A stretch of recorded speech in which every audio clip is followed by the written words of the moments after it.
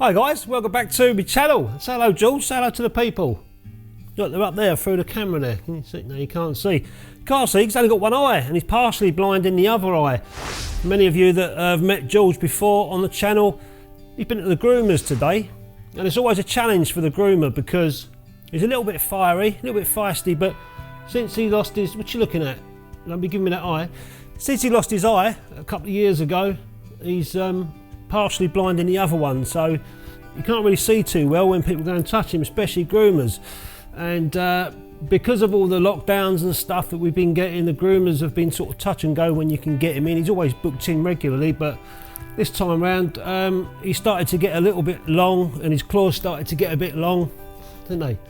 And he started to scratch himself and he was getting his claws caught in his fur. And as much as we tried to groom him ourselves and keep his hair tidy and keep the match free, we had to get him to the groomer's emergency today, and luckily we got him in, didn't we, mate? So he's been, your breath stinks, so he's been to the groomers and he's got a lovely haircut, and my wife says to me I'd love a picture of him while he's got his haircut. So in this video I'm going to do a doggy portrait of the one-eyed Shih Tzu pirate George.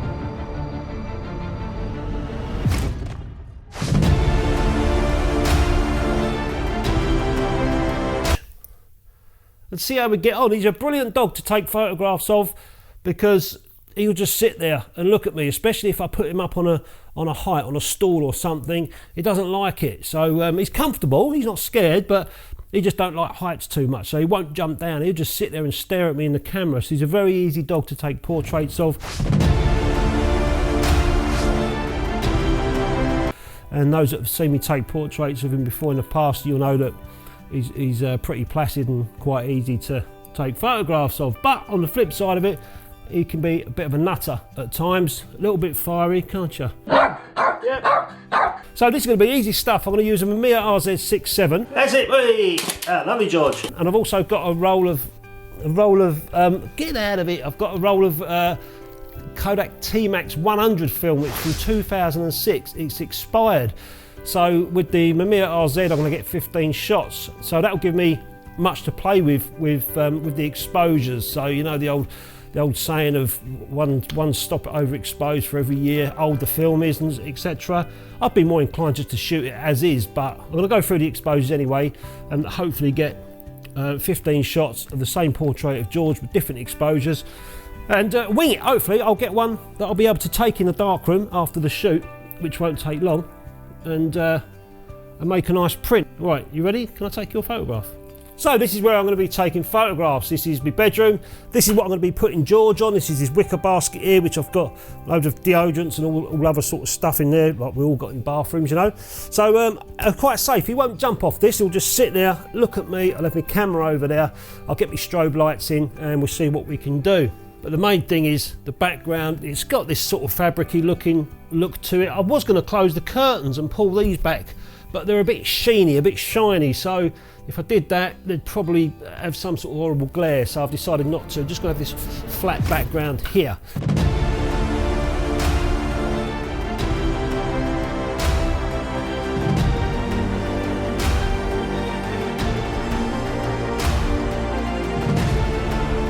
So I'm using this little tiny teddy bear just as a little model, temporary model. I don't want to get George up here too prematurely, otherwise he'll start getting restless. The idea is to get the light set up on the teddy bear pretty much where I want it to be, and then pull George up and you know, spend as little as time as possible taking his photographs. So let's just do some quick DSLR test shots with this little bear.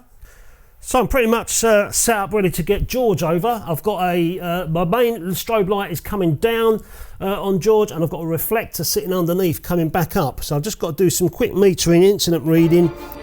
George, you ready? Good boy, sit.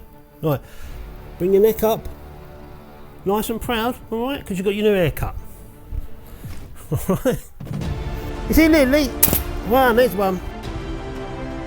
There you go. We're going to beach. Thank you. Did you go to the beach today? Hey, that's nice.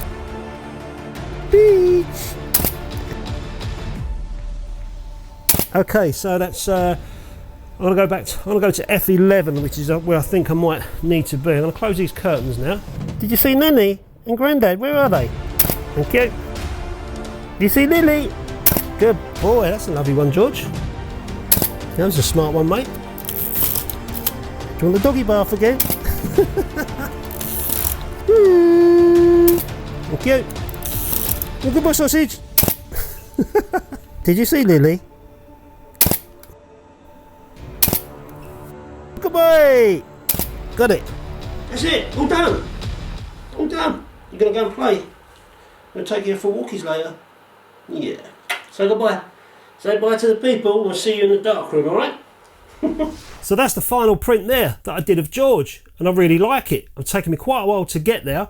There's only one thing, is I caught the bottom of the curtain in the bedroom, which I knew about, and I could have had two choices. I could have either cropped it in, made it square, or even cropped it in a bit more, or I could have left it in. And when I looked longer at it, I thought there's no harm at all to leave in, so I decided to leave it in. It just shows that he was at some sort of location as opposed to a backdrop studio shoot, if you like.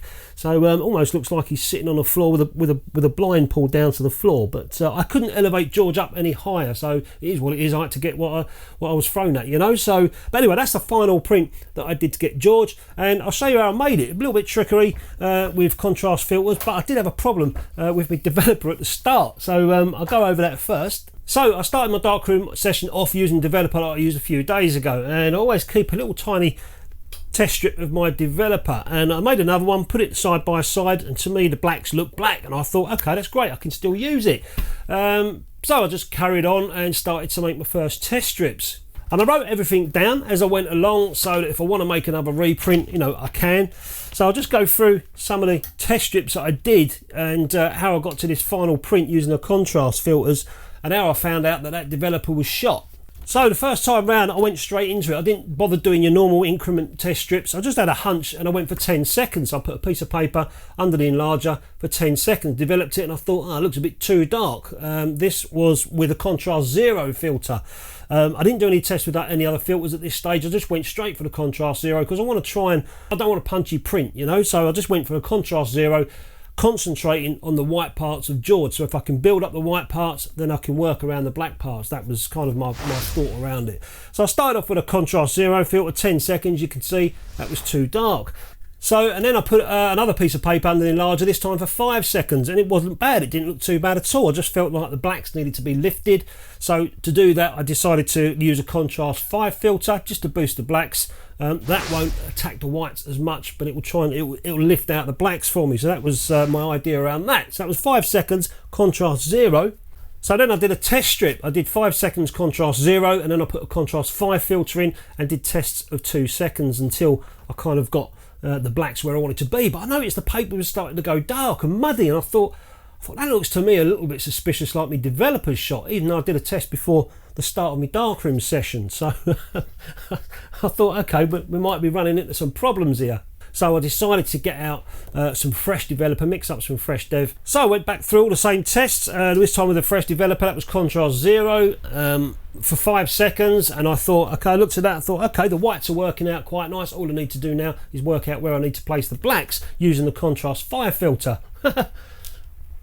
So then I did exactly the same test again. So that was contrast 0 for 5 seconds, and then I used the contrast 5 filter and just did increments of 2 seconds to find out how long it would take with that contrast 5 to start building the image up.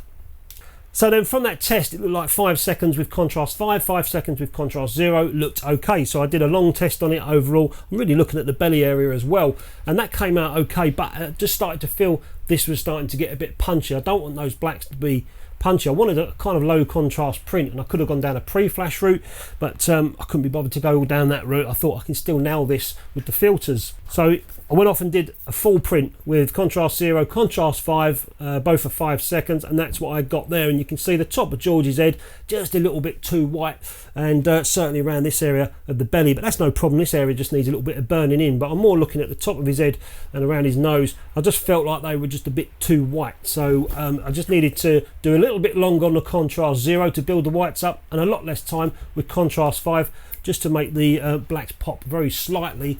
And that is when I came out with the final print, which is the one that I stopped and went, that's the one, that's exactly where I wanted it to be. So it's not exactly punchy, it's not high contrast.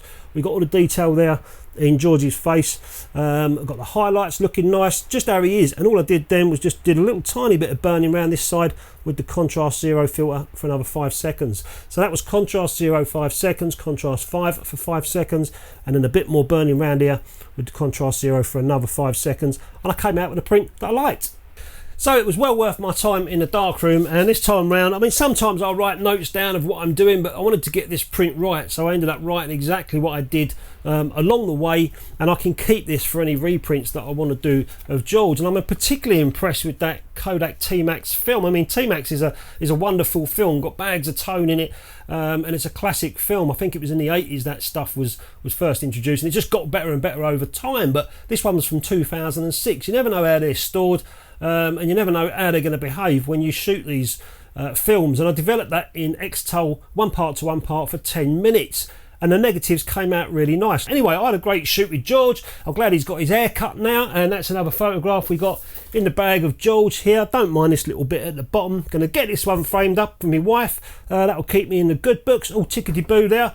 And before I carry on, I've got to say thanks a lot to the guys that are supporting me on Buy Me a Coffee, or as I call it, Buy Me a Roll of Film website. The link is in the description of this video. Recently, Nick bought me 5 rolls of film using the website, and he also gave me a little challenge, and that's to go out and shoot things that look like letters of the alphabet. So by the end of, stick a roll of film in a camera, by the end of it I'll have 26 frames, each with the letter of the alphabet, of things that I see that look like an A or a B or a C. And I said, what's the crack, what's the rules? Can you change stuff around? So, you know, can I put this here and that? He said, you can do that if you want, or you can take the bigger challenge of trying to find things that look like letters around your hometown or wherever. So I thought that's a good challenge to do. So get your eyes peeled on the channel, guys, because I'm going to put I'll put a roll of film in the camera. I'll put the camera in the car, so whenever I'm out and about, I was going to take shots and see if I can do this little tiny challenge that Nick gave me. But also be interesting to know if any of you guys are doing the same thing. If you are, let us know in the comments and share your images with us.